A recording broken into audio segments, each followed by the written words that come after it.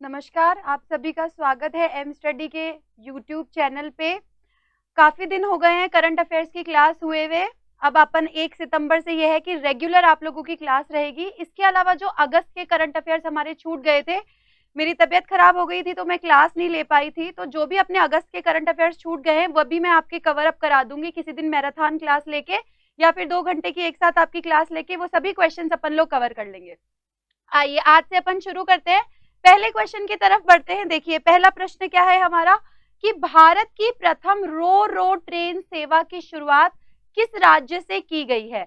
मैं आपको आज करंट अफेयर्स की क्लास स्टार्ट करने से पहले कुछ जानकारी दे देती हूँ। ये ध्यान रखिएगा कि जो मैं आप लोगों को करंट अफेयर्स पढ़ा रही हूँ वो पूरे भारत से संबंधित होंगे, उसमें कुछ करंट अफेयर्स विश्व से संबंधित होंगे।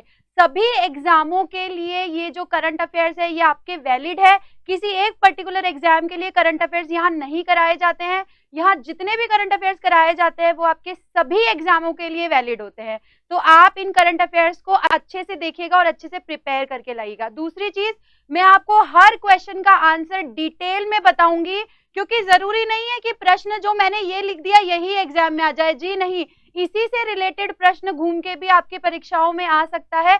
इसीलिए जो करंट अफेयर्स कराए जाएंगे उसके जितने भी क्वेश्चंस होंगे वो सारे आपको डिटेल में बताए जाएंगे। साथ ही इसकी पीडीएफ हमारे टेलीग्राम पे आपको मिल जाएगी। टेलीग्राम पे आप इसकी पीडीएफ देख सकते हैं और समझा मैं आपको यहाँ पे दूंगी। इसके अलावा मैं प्रयास करूंगी कि हर सैटरडे या संडे में से एक आपका लाइव टेस्ट रखा जाए, जिसमें कि अपन ने हफ्ते में जितने भी करंट अफेयर्स पढ़े उन सभी का रिविजन कर ले, या फिर कोई टॉपिक छूट गया है तो हम उसे भी अच्छे से पढ़ ले। चलिए फर्स्ट प्रश्न का बताइए उत्तर। अगर आपको मालूम है तो प्लीज कमेंट सेक्शन में लिखिए, भारत की प्रथम रो रो ट्रेन सेवा की शुरुआत किस राज्य से की गई। महाराष्ट्र, कर्नाटक, उत्तर प्रदेश या फिर छत्तीसगढ़। आइए अपन इसका उत्तर देखते हैं। देखिए क्या है आपका, 30 अगस्त 2020 को कौन, कर्नाटक के मुख्यमंत्री बीएस येदुरप्पा ने देश के पहले रो रो ट्रेन को हरी झंडी दिखाकर रवाना किया और इस ट्रेन को कर्नाटक की राजधानी बेंगलुरु स्थित नेलमंगला स्टेशन से महाराष्ट्र के सोलापुर के लिए रवाना किया गया। इस ट्रेन को दक्षिण पश्चिम रेलवे द्वारा शुरू किया गया। ये महत्वपूर्ण है, ये जो ट्रेन है वो कहां किसने शुरू किया है, दक्षिण पश्चिम रेलवे द्वारा इसे शुरू किया गया है। मुख्यमंत्री द्वारा सुबह 9:15 बजे वीडियो कॉन्फ्रेंसिंग के माध्यम से ट्रेन को हरी झंडी दिखाई गई। ट्रेन 17 घंटे में कुल 682 किलोमीटर की दूरी तय करके सोलापुर पहुंचेगी। तो इसमें महत्वपूर्ण बिंदु ध्यान रखिएगा कि दक्षिण पश्चिम रेलवे द्वारा इसे शुरू किया गया है और साथ ही में क्या ये बेंगलुरु स्थित नेलमांगला स्टेशन से महाराष्ट्र के सोलापुर के लिए जो है इसे रवाना किया गया था। तो ये ध्यान रखिएगा। आइए नेक्स्ट प्रश्न की तरफ बढ़ते हैं। हमारा नेक्स्ट प्रश्न क्या है, देखिए नेक्स्ट प्रश्न है, प्रतिवर्ष 29 अगस्त को किनके जन्म दिवस के अवसर पर राष्ट्रीय खेल दिवस मनाया जाता है। 29 अगस्त को किसके जन्म दिवस के अवसर पर राष्ट्रपति खेल दिवस बनाया जाता है, सॉरी राष्ट्रीय खेल दिवस। मेजर ध्यानचंद, मिल्खा सिंह, धनराज पिल्ले या फिर कपिल देव। अगर आपको आंसर आता है तो आप कमेंट सेक्शन में बताइए इसका सही उत्तर क्या होगा। तो देखते हैं इसका सही उत्तर और इसके बारे में डिटेल जानकारी। तो इसका जो सही उत्तर है वो क्या है, देखिए हर वर्ष 29 अगस्त को हॉकी के जादूगर, क्या बोला जाता है इन्हें, हॉकी के जादूगर कहा जाता है, मेजर ध्यानचंद के जन्मदिन के अवसर पर राष्ट्रीय खेल दिवस मनाया जाता है। राष्ट्रीय खेल दिवस के अवसर पर राष्ट्रपति द्वारा नई दिल्ली स्थित, देखिए ध्यान से सुनिएगा इसे, सबसे पहली चीज हॉकी के जादूगर कौन है, मेजर ध्यानचंद। तो इस प्रकार से भी प्रश्न पूछा जा सकता है। दूसरा चीज क्या दे रखी है इसके अंदर कि राष्ट्रीय खेल दिवस के अवसर पर राष्ट्रपति द्वारा नई दिल्ली स्थित मेजर ध्यानचंद स्टेडियम में आयोजित समारोह में खेल के क्षेत्र में उत्कृष्ट प्रदर्शन करने हेतु खिलाड़ियों एवं कोचों को, ये ध्यान रखिएगा, राजीव गांधी खेल रत्न पुरस्कार, अर्जुन अवार्ड, द्रोणाचार्य अवार्ड समेत आदि पुरस्कारों से सम्मानित किया जाता है। और इस वर्ष कोरोना महामारी के कारण इतिहास में पहली बार राष्ट्रीय खेल दिवस समारोह का आयोजन वर्चुअल माध्यम से किया गया है। मतलब एक प्रकार से वीडियो कॉन्फ्रेंसिंग के थ्रू किया गया है इतिहास में पहली बार। ठीक है, इसमें महत्वपूर्ण बिंदु ध्यान रखने वाला क्या है कि आपका राजीव गांधी खेल रत्न पुरस्कार, अर्जुन अवार्ड और द्रोणाचार्य अवार्ड जो है वो इसी अवसर पर दिया जाता है। कौन से स्टेडियम के अंदर दिया जाता है? ये आपका दिया जाता है नई दिल्ली स्थित मेजर ध्यानचंद स्टेडियम में ये प्रोग्राम जो है वो आयोजित किया जाता है। आइए नेक्स्ट प्रश्न की तरफ बढ़ते हैं। देखिए हमारा नेक्स्ट प्रश्न क्या है, किस देश के प्रधानमंत्री ने स्वास्थ्य संबंधी कारणों से अपने पद से इस्तीफा दे दिया है? किस देश के प्रधानमंत्री ने स्वास्थ्य संबंधी कारणों से अपने पद से इस्तीफा दे दिया है? इजराइल, भारत, जापान या पाकिस्तान? चलिए इस प्रश्न की मैं एक हिंट देती हूँ कि जिस भी देश के प्रधानमंत्री ने इस्तीफा दिया है वो हमारे श्रीमान नरेंद्र मोदी जी के बहुत ही अच्छे मित्र थे। बताइए, इजराइल, जापान, पाकिस्तान। अब भारत तो हट गया है क्योंकि मैंने बता दिया। अब बताइए इजराइल, जापान या पाकिस्तान में से कौन है? तो देखिए इसका सही उत्तर है आपका क्या? जापान जो है वो इसका सही उत्तर है। आइए थोड़ी सी जानकारी ले लेते हैं हम इस प्रश्न के बारे में। देखिए क्या है, जूम कर देती हूं मैं, आप लोगों को दिखाई दे अच्छे से। चलिए 28 अगस्त 2020 को शिंजो आबे, क्या नाम है इनका? शिंजो आबे ने सेहत संबंधी कारणों से जापान के प्रधानमंत्री पद से इस्तीफा दे दिया है। शिंजो आबे ने प्रेस कॉन्फ्रेंस के माध्यम से अपने इस्तीफे की जानकारी दी है। वे लंबे समय से आंत की बीमारी ऑल्स्ट्रेव कोलाइसिस से जूझ रहे हैं। जब तक प्रधानमंत्री पद के लिए नया प्रतिनिधित्व घोषित नहीं किया जाता तब तक वे इस पद पर बने रहेंगे और आबे का कार्यकाल सितंबर 2021 में समाप्त होगा।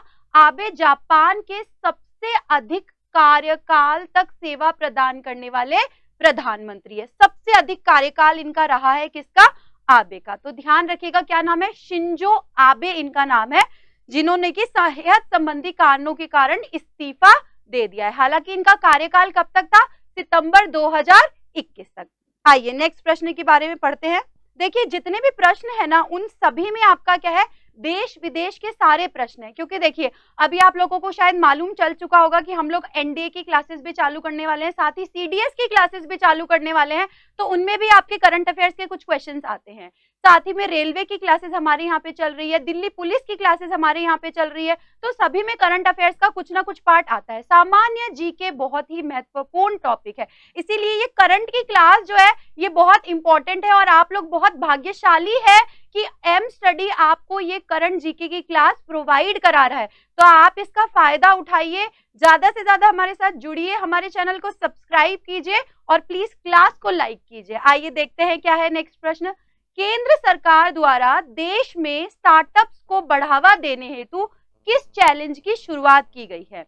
क्या बोला है? केंद्र सरकार द्वारा देश में स्टार्टअप्स को बढ़ावा देने हेतु किस चैलेंज की शुरुआत की गई है? स्टार्टअप चैलेंज, चुनौती, प्रतिस्पर्धा या फिर सक्षम? अगर आपको इसका आंसर आता है तो आप कमेंट सेक्शन में बताइए। स्टार्टअप चैलेंज, चुनौती, प्रतिस्पर्धा या फिर सक्षम?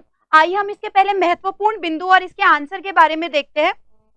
28 अगस्त 2020 को पूरे देश में स्टार्टअप को बढ़ावा देने हेतु केंद्रीय संचार एवं सूचना प्रौद्योगिकी मंत्री रविशंकर प्रसाद द्वारा चैलेंज, चुनौती लॉन्च किया गया है। क्या नाम है उसका? चुनौती। किसने लॉन्च किया है? रविशंकर प्रसाद जी ने। कौन है रविशंकर प्रसाद जी? ये केंद्रीय संचार एवं सूचना प्रौद्योगिकी मंत्री है, जिन्होंने की क्या लॉन्च किया गया है? चैलेंज, मानी चुनौती लॉन्च किया है।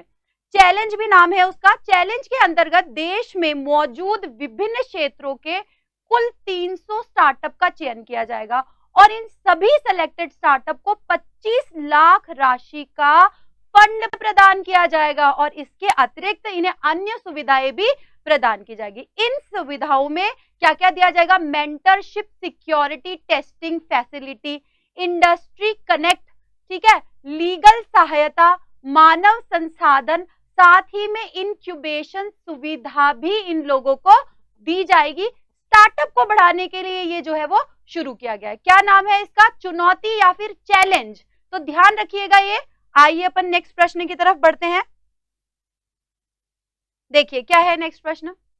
किनके द्वारा GIS युक्त लैंड बैंक सिस्टम लॉन्च किया गया है? किसके द्वारा GIS युक्त लैंड बैंक सिस्टम लॉन्च किया गया है? नितिन गडकरी, स्मृति ईरानी, निर्मला सीतारमण या फिर पीयूष गोयल? अगर आपको इसका आंसर आता है तो आप कमेंट सेक्शन में बताइए, नितिन गडकरी जी, स्मृति ईरानी जी, निर्मला सीतारमण जी या फिर पीयूष गोयल।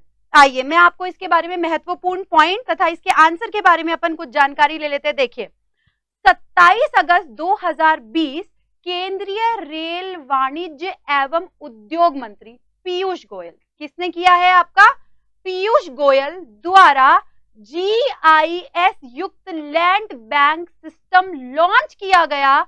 इस सिस्टम को भौगोलिक सूचना प्रणाली एवं औद्योगिक सूचना प्रणाली के एकीकरण द्वारा विकसित किया गया है। लैंड बैंक सिस्टम के द्वारा निवेशकों को देश के विभिन्न राज्यों में उपलब्ध औद्योगिक भूमि तथा संसाधनों की जानकारी डिजिटल माध्यम से उपलब्ध कराई जाएगी। मतलब आपके मोबाइल पे वो जानकारी उपलब्ध होगी।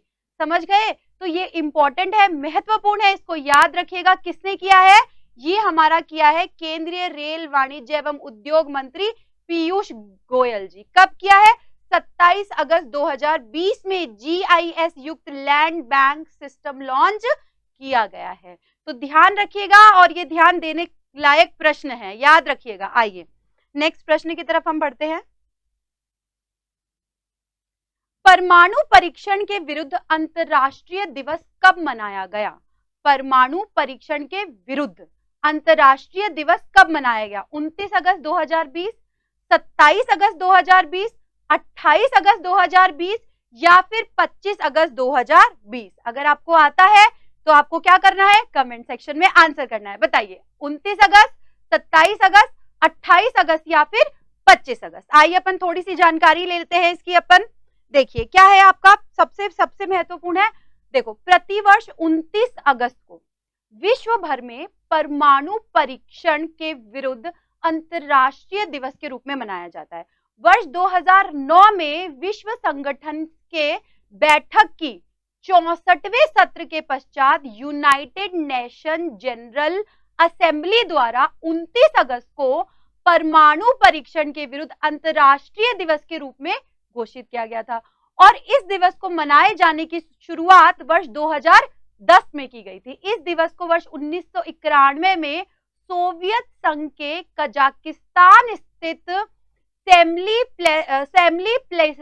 लिखा है ये आपका क्या लिखा है? सेमलीप्लांटिस्क में मौजूद परमाणु परीक्षण क्षेत्र के समापन का प्रतीक माना जाता है। ध्यान रखिएगा, इंपॉर्टेंट है, इसलिए मैं दोबारा प्रोनाउंसिएट करके बता रही हूं। क्या है आपका?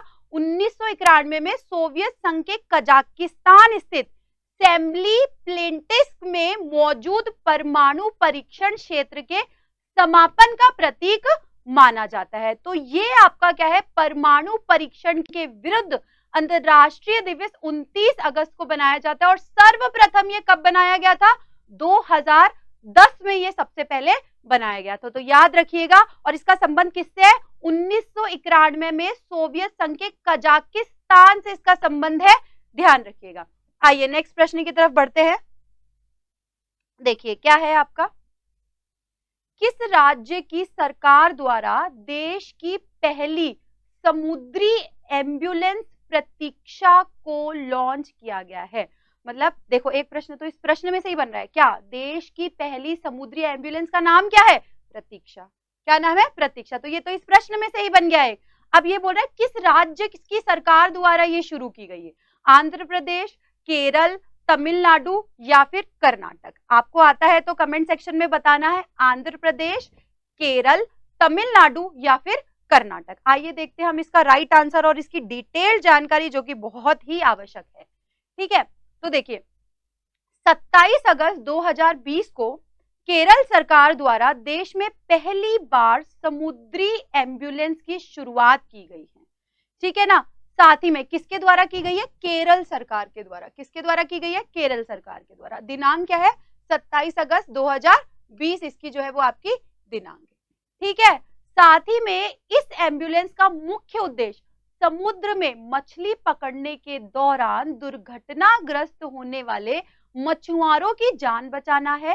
संकलित किए गए आंकड़ों के मुताबिक केरल में प्रतिवर्ष ऐसी दुर्घटना में 30 मछुआरे अपनी जान गंवा देते हैं और इस एम्बुलेंस को केरल के तिरुवनंतपुरम में तैनात किया गया है। यह एम्बुलेंस एक बार में कुल 5 लोगों को महत्वपूर्ण देखभाल प्रदान करने में सक्षम है और इसमें प्राथमिक चिकित्सा की सभी सुविधाएं उपलब्ध है। तो याद रखिएगा, केरल सरकार ने शुरू की है, तिरुवनंतपुरम में इसे तैनात किया गया है, ठीक है, और इसका नाम क्या है, प्रतीक्षा जो है वो इस एम्बुलेंस का नाम रखा गया है, ध्यान रखिएगा। चलिए आइए नेक्स्ट प्रश्न की तरफ बढ़ते हैं। प्रश्न की डिटेल बहुत आवश्यक है। अगर आप सिर्फ प्रश्न पढ़ते हैं, देखिए ये प्रश्न और उत्तर आपको गूगल पे जाएंगे कहीं से भी मिल जाएंगे, लेकिन अगर आप वही पढ़ते कि आपने ये प्रश्न पढ़ लिया और इसका उत्तर पढ़ लिया, इससे देखिए आपका करंट कभी तैयार नहीं होगा। अगर आपको करंट तैयार करना है तो जो आपका प्रश्न है उसकी डिटेल जानकारी होना बहुत ही आवश्यक है। देखिए क्या प्रश्न है हमारा, तेंजिंग नोर्गे साहस पुरस्कार से सम्मानित होने वाले भारत के प्रथम दिव्यांग खिलाड़ी कौन है? तेंजिंग नोर्गे साहस पुरस्कार से सम्मानित होने वाले भारत के प्रथम दिव्यांग खिलाड़ी कौन है? देवेंद्र झाझरिया, संदीप चौधरी, दीपा मलक, सत्येंद्र सिंह लोहिया। आंसर आता है तो आप सभी को पता है क्या करना है, कमेंट सेक्शन में लिखना है। आइए मैं जब तक इसकी आपको डिटेल जानकारी देती हूं साथ ही में उत्तर के। देखिए क्या है आपका, 29 अगस्त 2020 को राष्ट्रीय खेल दिवस के अवसर पर पैरा तैराक सत्येंद्र सिंह लोहिया, क्या है आपका, किसको मिला है, सत्येंद्र सिंह लोहिया। पैरा, जो भी आपके दिव्यांग खेल होते हैं उनके आगे पैरा लग जाता है, तो पैरा तैराक सत्येंद्र सिंह लोहिया को तेंजिंग नोर्गे साहस पुरस्कार से सम्मानित किया गया है और वह यह सम्मान प्राप्त करने वाले देश के पहले दिव्यांग खिलाड़ी बन गए। याद रखिएगा, पहले दिव्यांग खिलाड़ी है, महत्वपूर्ण है। सत्येंद्र सिंह लोहिया को यह पुरस्कार राष्ट्रपति रामनाथ कोविंद द्वारा प्रदान किया गया है और इस अवसर पर प्रधानमंत्री नरेंद्र मोदी सहित प्रमुख सचिव खेल एवं युवा कल्याण पंकज राग भी उपलब्ध थे। तेंजिंग नोर्गे अवार्ड को 4 श्रेणियों, क्या क्या है आपके, land adventure, air adventure, water adventure एवं लाइफ टाइम अचीवमेंट के क्षेत्र में प्रदान किया जाता है। तो ये भी ध्यान रखिएगा, आपका जो आपका तेंजिंग नोर्गे अवार्ड है उसके अंदर 4 श्रेणियां है। कौन कौन सी, लैंड एडवेंचर है, एयर एडवेंचर है, वाटर एडवेंचर है, साथ ही में लाइफ टाइम अचीवमेंट के क्षेत्र में उन्हें ये पुरस्कार जो है ये दिया जाता है। तो भारत के पहले खिलाड़ी कौन है, उनका नाम याद रखिएगा, सत्येंद्र सिंह लोहिया, जो कि क्या है आपके पैरा तैराक है, ठीक है। चलिए आइए नेक्स्ट प्रश्न पढ़ते हैं। कब दिया गया है, 29 अगस्त 2020 राष्ट्रीय खेल दिवस पे, ये महत्वपूर्ण है। 29 अगस्त 2020 को किस देश द्वारा बॉयकॉट इजराइल अधिनियम को रद्द कर दिया गया? 29 अगस्त 2020 को किस देश द्वारा बॉयकॉट इजराइल अधिनियम को रद्द कर दिया गया? अमेरिका, इराक, संयुक्त अरब अमीरात और ईरान।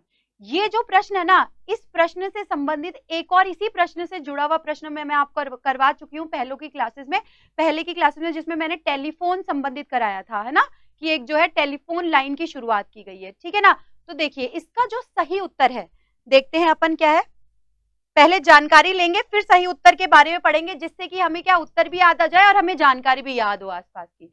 तो देखिए 29 अगस्त 2020 को संयुक्त अरब अमीरात यूएई के राष्ट्रपति खलीफा बिन जायद अल नहयान द्वारा बॉयकॉट इजराइल अधिनियम को रद्द करने की घोषणा की गई है। राष्ट्रपति द्वारा संघीय अधिनियम पर हस्ताक्षर कर इस अधिनियम को रद्द किया गया है और यह अधिनियम को वर्ष 1972 में पारित हुआ था। कब हुआ था यह अधिनियम? 1972 में यह अधिनियम पारित हुआ। नए संघीय अधिनियम द्वारा यूएई के नागरिकों एवं इजरायली नागरिकों के मध्य वित्त, वाणिज्य एवं अन्य प्रकार के आदान प्रदान को मंजूरी प्रदान की गई है। इसके साथ ही यूएई के बाजारों में इजराइल द्वारा उत्पन्न की गई वस्तुओं के प्रवेश को भी अनुमति प्रदान की गई है। तो ये महत्वपूर्ण पॉइंट है क्योंकि शांति की दृष्टि से ये महत्वपूर्ण है। तो याद रखिएगा, किसने? संयुक्त अरब अमीरात ने जो है वो क्या किया है, अभी इजराइल के साथ में बॉयकट इजराइल अधिनियम को रद्द कर दिया है। कब घोषणा हुई है, 29 अगस्त 2020 को ये घोषणा की गई है। और ये अधिनियम पारित कब किया गया था, 1972 को ये अधिनियम पारित किया गया था।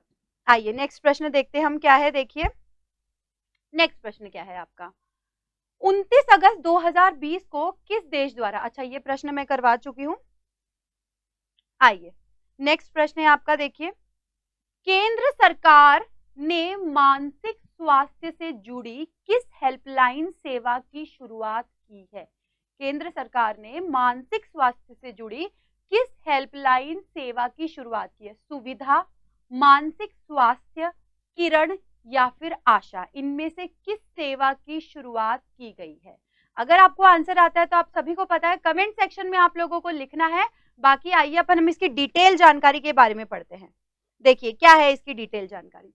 27 अगस्त 2020 को केंद्र सरकार द्वारा मानसिक स्वास्थ्य के लिए किरण नामक हेल्पलाइन शुरू की गई है। कौन सी शुरू की गई है, किरण नामक हेल्पलाइन शुरू की गई है। किरण एक निःशुल्क हेल्पलाइन नंबर है।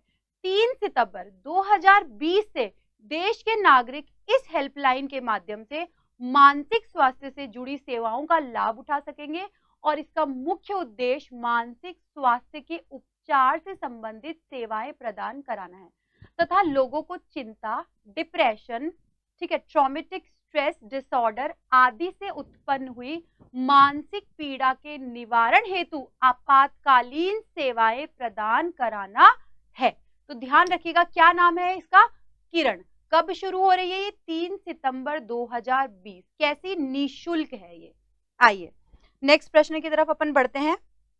देखिए नेक्स्ट प्रश्न क्या है हमारा, भारत की पहली कोरोना टेस्ट किट को किसके द्वारा मंजूरी दे दी गई है। भारत की पहली कोरोना टेस्ट किट को, है ना, हालांकि कोरोना टेस्ट किट तो बहुत सारी आ चुकी है क्योंकि कोरोना टेस्टिंग तो अभी हो ही रही है, लेकिन भारत की पहली कोरोना टेस्ट किट इसलिए ये महत्वपूर्ण है।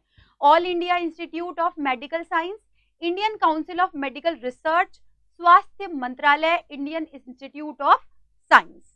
ठीक है, आइए देखते हैं हम इसकी पहले डिटेल में जानकारी लेते हैं और फिर हम इस उत्तर को देखेंगे। क्या है, देखिए 27 अगस्त 2020 को Indian Council of Medical research ICMR, ध्यान रखिएगा इसका full form, Indian Council of Medical research ने देश की पहली कोरोना किट को मंजूरी दे दी है और इसे 2 सितंबर 2020 में लॉन्च किया जाएगा और इस किट का नाम पॉइंट ऑफ केयर क्या रखा गया, POC। हो सकता है एग्जाम में सिर्फ POC लिखा हुआ आ जाए, POC का फुल फॉर्म क्या है, पॉइंट ऑफ केयर रखा गया है। किट की दिल्ली की फार्मा कंपनी ऑस्कर मेडिकेयर द्वारा तैयार किया गया है। यह भी ध्यान रखने योग्य है, किसके द्वारा तैयार किया गया है, ऑस्कर मेडिकेयर कंपनी द्वारा तैयार किया गया है और इसकी कीमत कितनी है, 200 रुपए बताई जा रही है।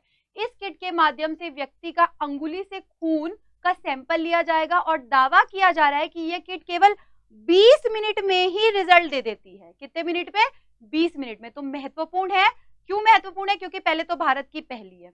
किसने मंजूरी दी है, ICMR, Indian Council of Medical research ने। साथ ही में किसने बनाया इसे, दिल्ली की ऑस्कर मेडिकेयर ने इसे बनाया। क्या नाम रखा गया है इसका, POC। क्या होता है POC, पॉइंट ऑफ केयर, ध्यान रखिएगा ये।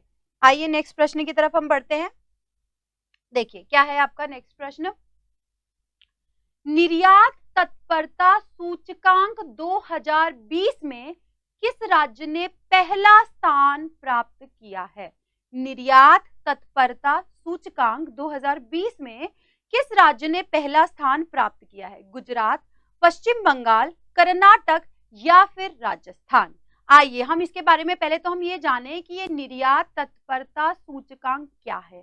ठीक है, तो पहले हम इसकी डिटेल जानकारी लेते हैं क्या है, ताकि आपको ये प्रश्न भी ध्यान रहे और साथ में उत्तर भी ध्यान रहे। देखिए क्या है, अपन देखते हैं 26 अगस्त 2020 को नीति आयोग द्वारा जारी किए गए रिपोर्ट के अनुसार निर्यात तत्परता सूचकांक 2020 में गुजरात जो है वो पहले स्थान पर रहा है। सूची में गुजरात के बाद महाराष्ट्र, उसके बाद तमिलनाडु, तो महाराष्ट्र का दूसरा स्थान रहा है, तमिलनाडु का तीसरा स्थान रहा है। ठीक है, हिमालयन राज्यों की श्रेणी में उत्तराखंड ने प्रथम और त्रिपुरा ने दूसरा एवं हिमाचल प्रदेश ने तीसरा स्थान प्राप्त किया है। वहीं अगर केंद्र शासित प्रदेशों की सूची में बात करें तो दिल्ली पहले स्थान पे रहा है, गोवा दूसरे स्थान पे रहा है और चंडीगढ़ तीसरे स्थान पे रहा है। देखिए आप, ये जो आपका निर्यात तत्परता सूचकांक है, इसको भी 3 भागों में विभाजित कर रखा है। अगर अपन वैसे बात करें किसके अनुसार, नीति आयोग के अनुसार बात करें तो पहला स्थान गुजरात, दूसरा स्थान महाराष्ट्र और तीसरा स्थान तमिलनाडु ने प्राप्त किया है। ठीक है, अगर अपन हिमालयन राज्यों की श्रेणी में बात करें तो पहला उत्तराखंड, दूसरा त्रिपुरा और तीसरा हिमाचल प्रदेश। और अगर अपन केंद्र शासित प्रदेशों की बात करें तो पहला दिल्ली, दूसरा गोवा और तीसरा चंडीगढ़। याद रहेगा नहीं आपको, अच्छे से याद रखिएगा, क्योंकि किसी भी प्रकार से ये प्रश्न पूछ सकता है। अब देखो यहाँ पे 3 हो गए, ये भी पूछ सकता है केंद्र शासित प्रदेशों में आपका जो निर्यात तत्परता सूचकांक है उसमें प्रथम स्थान किसने प्राप्त किया है। साथ ही में वो इस प्रकार भी पूछ सकता है कि हिमालयन राज्यों में किस प्रकार प्राप्त हुआ है। तो आप ये ढंग से सारे के सारे अच्छे से कर लीजिएगा। आइए, पीडीएफ इसकी हमारे टेलीग्राम पे आप लोगों को मिल जाएगी और आप प्लीज क्लास को लाइक करिएगा, ज्यादा से ज्यादा शेयर करिएगा और हमारे यूट्यूब चैनल को सब्सक्राइब करिएगा। आइए अब अपन देखते हैं नेक्स्ट प्रश्न की तरफ बढ़ते हैं अपन। देखिए क्या है हमारा नेक्स्ट प्रश्न, किस राज्य की सरकार द्वारा स्वस्थ शरीर स्वस्थ दिमाग कार्यक्रम की शुरुआत की गई है। किस राज्य की सरकार द्वारा स्वस्थ शरीर स्वस्थ दिमाग कार्यक्रम की शुरुआत की गई है। मध्य प्रदेश, नई दिल्ली, उत्तराखंड या फिर बिहार। बताइए, अगर आपको आंसर आता है तो कमेंट सेक्शन में लिखिए। इसकी डिटेल जानकारी मैं आपको बताने वाली हूं। देखिए क्या है आपका, 26 अगस्त 2020 को राज्य के सरकारी स्कूलों में पढ़ने वाले बच्चों के लिए दिल्ली सरकार ने, किसने, दिल्ली सरकार ने, ध्यान रखिएगा कौन सी राज्य सरकार की बात कर रहा है, दिल्ली सरकार ने स्वस्थ शरीर स्वस्थ दिमाग नामक कार्यक्रम की शुरुआत किया। और इस कार्यक्रम को दिल्ली सरकार के शिक्षा निदेशालय द्वारा शुरू किया गया। कार्यक्रम का मुख्य उद्देश्य कोरोना महामारी के दौरान स्कूली बच्चों का तनाव दूर करते हुए उनकी शारीरिक गतिविधियों पर ध्यान रखना एवं इसका अभ्यास करना है। कार्यक्रम के अंतर्गत प्रत्येक बुधवार को YouTube के एक विशेष चैनल पर वीडियो डाली जाएगी और इस कार्यक्रम के पहले तथा दूसरे वीडियो को अपलोड किया जा चुका है। तो ध्यान रखिएगा, स्वस्थ दिमाग स्वस्थ शरीर चालू किया है दिल्ली सरकार ने 26 अगस्त 2020 को। ठीक है, वैसे भी देखिए ना, कोरोना महामारी के कारण बहुत सारे स्कूली बच्चों की शिक्षा हो ही नहीं पा रही है, सभी ऑनलाइन शिक्षा ले रहे हैं। साथ ही में हम एम स्टडी भी प्रयास कर रहा है कि कंपटीशन क्लासेस की सभी कक्षाएं ऑनलाइन इस प्रकार से कराए कि बच्चों को किसी प्रकार का कोई डाउट ना रहे और वह अपनी परीक्षाओं में सफल हुए। तो आप भी हम लोगों का साथ दीजिएगा। आइए नेक्स्ट प्रश्न की तरफ बढ़ते हैं। आईसीएमआर द्वारा देशव्यापी सेरो सर्वे की शुरुआत कब की गई। आईसीएमआर द्वारा देशव्यापी सेरो सर्वे की शुरुआत कब की गई। 26 अगस्त, 27 अगस्त, 28 अगस्त या फिर 21 अगस्त। बताइए, निम्न में से कौन से दिन जो है वो आपकी सेरो सर्वे की शुरुआत की गई है।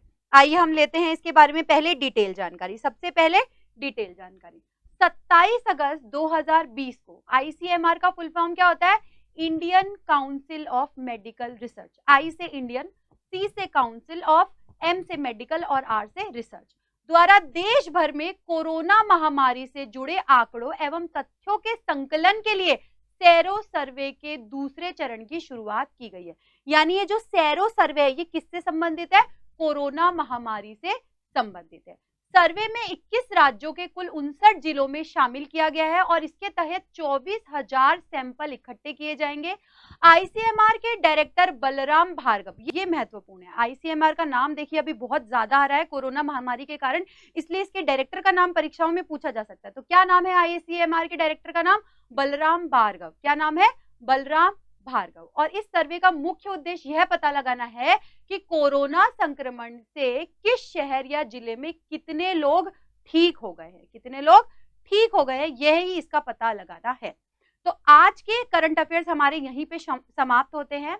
मैं कल फिर हाजिर होंगी आपके लिए नए करंट अफेयर्स लेके। साथ ही में इतने दिन में जो नहीं आई थी उसकी भरपाई इस प्रकार की जाएगी कि जितने भी दिनों के करंट अफेयर्स बचे हैं वो मैं एक दिन आपको पूरी मैराथन क्लास लेके वो सारे के सारे करंट अफेयर्स आप लोगों को कराऊंगी। बाकी मेरी आप लोगों से यही अनुरोध है कि सिर्फ क्वेश्चन आंसर्स ना पढ़ के आप उत्तर को डिटेल में देखें। जितना आप डिटेल में उसे पढ़ेंगे उतने टॉपिक्स आपके क्लियर होंगे और फिर आपके करंट अफेयर का क्वेश्चन जो है वो नहीं छूटेगा। Thank you so much.